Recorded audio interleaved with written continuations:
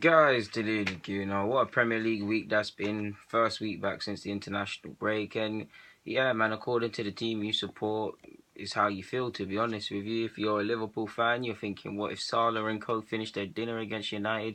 If you're a United fan, you're thinking, oh, what if United set out a bit more proactive, trying to win it a bit more like Fergie, less more catering to the opposition. If Jose was a bit less negative, what could have happened? If you're a Chelsea fan, you're berating all your players, to be honest with you. Yeah, man, if you're a City fan, although you probably could ask questions of your side defensively because Otamendi and Stones did have a couple errors, but it got put under the carpet because they scored seven. They scored 7 goals and they look unstoppable. Now, regardless of what team, if you're a Palace fan, despite the fact you've only won one game this season, you're ecstatic. Regardless of the team you support, um, you're gonna laugh at Arsenal, to be honest. Whether your team's win, lost, drawn, like if you're West Ham and you drop points against Burnley, you're all gonna link up to laugh at Arsenal. Now, if you're an Arsenal fan, you're stressed out, and if you're me, you're sitting here thinking, what if still? Now nothing can change it, and nothing is going to change it, and we're gonna sit here next week and the week after, and ultimately at the end of the season, in the same position, saying the same old stuff, and nothing is gonna change. But we might as well refer back to the last fixture and think about where it went wrong, to be honest. Well, not go for it tactically, but yeah, before I start, the next 8 Premier League fixtures I've got to raise them to your attention, in particular the away games, and I want you to keep a track of that in your head. We've got Everton next away from home. They've been playing woeful. Doesn't matter when you play Arsenal, you're gonna morph into Barcelona. It doesn't matter what players are in bad form. They're going to play good against us. Koeman doesn't like us. Been showing us since the PSV days with Alex in the Champions League how much he doesn't like us. So yeah, after that we've got Swansea at home. We need to win that. City away. You remember what happened last year? We could have taken 3 points, but you remember what happened last year, and you can see how they're playing. I can't see us getting anything out of that game, so that's almost damage limitation. You'd like to think 6 points before City would put us in a good position, but it's Arsenal, and Arsenal shouldn't be in the same sentence. Then you've got Spurs at White Hart Lane. I mean, not White Hart Lane, in the Emirates. Then we've got Burnley away, which last year we needed between Ox and Koscielny, I still don't know who, someone to handball it into the net and score the winner. Then we've got Huddersfield United at home, goes either way. Then we've got Southampton away, and if you're an Arsenal fan, you're never confident about that. We won there last year, but that could go either way. So yeah, we know we were poor. We were poor last night or whatever, man. We were poor. I don't know why, but El Nene, you're not going to find yourself back at Basel if you play a forward pass. Anyone at Arsenal, if you like to play forward passes. Anyone at Arsenal, if you like to make forward runs. We don't play nice football at all. You could argue we played better football with players that would not sit in a room based on ability if it was solely based on ability with the players we currently have. So I don't know why it's so lifeless and stale. I mean, I know why, but as to pinpoint exactly why, I have no clue. We know we're a soft touch. I'm not going to go into all of these things again. Well, what I can't understand is why do we force Wenger? Why do you force 5 at the back, 5/3 at the back? There's no need. You said we'd use 4 at the back sometimes, and you could have went into it this game. You don't need to be so rigid against Watford. No disrespect to them, they do have a lot to for you to be wary about. Richarlison showed what he's on, and they're very energetic side, but you don't need to be this negative against them. Like, it really makes no sense. Could have went 4 at the back from the off. More so to the point, when we were chasing the game, I believe we could have went 4 at the back. I know it wouldn't be the best pairing, but Mertesacker and Monreal were there because Lesniak's on the left, Bellerin there. Like I've shown you here. Quick thing, man. We're doing this for no reason. Like, we're doing this for no reason. 5 at the back, obviously. Yeah, man, 5 at the back. Almost got mixed up there. 5 at the back. If we're chasing the game, all you had to do, Monreal, because Lesniak's there, Monreal and Mertesacker, Bellerin, and then we do our thing. You bring on Jack and Ozil if he wasn't on at this point, and we can chase the game. Like, it's not hard. Why do we force 5 at the back? Wenger used to be, not praised, because we used to be livid. Do you remember them days in big games or big games in general? He'll do some nonsense stuff, like he would take off our DM for another striker and things like that. You're almost crying out for that Wenger again, because what is this? Something needs to change, and we need to set out a different way, but it's reluctance to change. Like, it's nonsense. We're stale, we're lifeless. Only Xhaka again is trying to play forward passes, and even he's forcing it, and he hasn't got a defensive bone in his body. Why people are comparing him to Kante, etc., I don't know. It's just nonsense. We don't look forward to watching our club play anymore. We'll always look forward on the basis that we support Arsenal, of course, and you can't, I mean, it's football, we love it, but you don't look forward. It's a nervy game. Like, we're not forward against Watford. We know what to expect, and It's not going to change. So there's no point getting angry and going over these same things. It's not going to change until the higher powers that be want to change or a miracle happens. So yeah, now I know there's been a whole talk of Arsenal in crisis, and we are in crisis, don't get me wrong. But I mean, you got to just look at Liverpool and Chelsea. Are they in crisis as well? Because we're all doing the same nonsense. And if you remember what I said, them three managers, including Arsenal, Liverpool, and Chelsea, if you didn't get what I said, three managers relying on players too much that they've previously had. Yes, Chelsea brought in some. You can see it. The two Manchester clubs, obviously United didn't have the best results against Liverpool, so it's not the best example. But they went out and bought a couple new signings, and you're seeing it. Like it's just it's nonsense. And what annoys me is when we lose, we know the ref had a shocker. We know it wasn't a penalty. We know there was a degree Deeney was offside. That's reaching, in my opinion.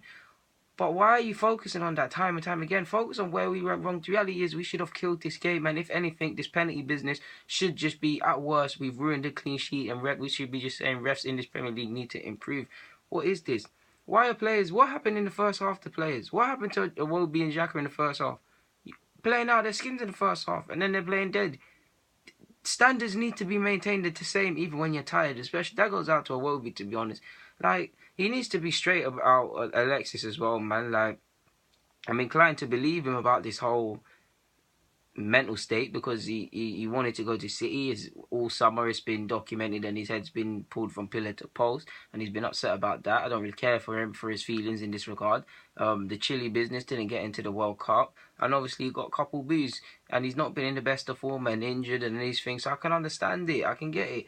If his mind's in a different place. It wasn't before the break, so why is it now? It's just silly excuses, but I can get it. But if you're worth any any worth as a real footballer, as these sort of bracket footballers, this should just be your fuel to do better, to achieve better, to be better.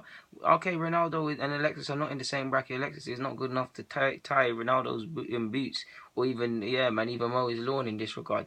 But '06, he used that pain of the World Cup, that wanted to move away from United when all the fans in England were getting onto him after the World Cup nonsense, to make him a better footballer, to drive him. So if Alexis is using it to be a waste man and be a sissy, fair play, but that's nonsense. Why did you take off Lacazette? He was our best player. He was providing something for he's not the fastest, and some people can make fun of that, but he's not by any stretch of the imagination slow. He was giving them something to think about. With his Giroud's decent, but he's not something to think about. He's not mobile, so the centre-halves can push on a bit. If the centre-halves push on a bit, they push their midfielders on a bit. And you saw that when via Watford having more of a go. On top of that, Giroud was just woeful. So that is God telling you, don't do this. Like, stop bringing on play. It's too much like a Sunday League crash. Everybody needs to get a game so everybody doesn't feel upset at the final whistle. Play your roles, man. I know I always refer to Fergie, but play your position. John O'Shea knew he weren't 30 like that. Knew he was never gonna be a fixture for United in like playing in week out. But he knew I'll be called upon and I have to perform. And if I perform, I might play the next week. That's how it should be. Don't be playing players for the sake of playing players. Like, it's nonsense. Yes, Arsenal fans do look a bit mad because we were undefeated in September. Not that anyone cared, because the season before, the month before that was Liverpool and things. So we need to keep context. And on one hand, it does look like we're moaning after a decent month. But the real Arsenal fans and fans in football know, like, this is just nonsense. All the logical Arsenal fans, and I know we have a lot of twat fans and people carrying on stupidly on YouTube and them things and making Granit Xhaka songs and things like that. We're an easy target. But the most humble and logical Arsenal fans just wants to be in a title race, man. Just wants to be able to go into a game knowing that we're going to show some heart, commitment, ultimately try and win a football match, ultimately look like we want to be playing for this football team. And if you don't, pee off. Ultimately, these things, be in a title race. Of course, I'd like to win trophies, but I love to be second and these things there. Even to the point, Jose played so negative against Liverpool, yeah? So negative. I would hate Arsenal to play like that. But on the same hand, how we went to Anfield and how they went to Anfield, I'll be lying to you guys if I said I wouldn't take playing like Jose to get them 0-0s. And I love Jose, but that's the truth. You'll be lying if I wouldn't say I would take how United played to get that 0-0 against Liverpool. Because we got no ideas. At least, as negative as Jose's football was, at least on the basis that you look at it, that it was a style of play, it was tactics, it was a way of setting out. The players went out and done it. Now, we know, realistically, United players weren't at the races as much. But if we look at it, that's what happens. Pep, they're going and done the same thing. Chelsea, we can't use that example. Spurs went out and won. Like, they don't want to play for the club. they would like to play for the manager. They'll play for the manager because the manager is a good man. He is a good manager, but it's focus on good man. He's a good man. He's someone you don't want to let down. He's not someone that inspires right now. He's not inspiring right now. It's not fear. People do fear Pep. I'm not saying that they think he's going to beat them up if they play bad, but they're scared because they know he's going to be in their ear saying how much better you could have played. And I'm not an idiot. Wenger does say that, and some players like Alexis have improved under Wenger, but widespread. Footballers now are babies. Footballers, you need to be shouting at players on the touchline. You can't be just having trust in players. But this ain't anything more than I've said already. Like, it's just Everton next, you know. Everton next. We can't do this foolishness. Like, our next games, Everton. Like, let me just look at the thing. 5 games. We've got Everton, Swansea, City, Spurs, Burnley. If I'm looking at that fixture, which I am off the top of my head, I'm saying 6 to 9 points. 6 to 9 points. You take 6 to 9 points, and then you hope for. We haven't turned up against Spurs for a while. You take a point. You'd like to win that. You'd like to think, being optimistic that we'll turn up for that. But pessimistic, you write that game off because it goes either way. The same goes for City, and if you're pessimistic, which I am, you're not getting 9 from City. Should be beating Everton. It's not easy, but you should be beating that, especially considering how they've been. Swansea, 3 points should be in the bag. Burnley away, it's not easy, but you should be taking 3 points. But again, should and Arsenal should not be in the same sentence. Guys, deluded, you know, on that note, I'm signing out. Thank you very much for watching. Get in the comments. Enjoy what's left of your Sunday evening.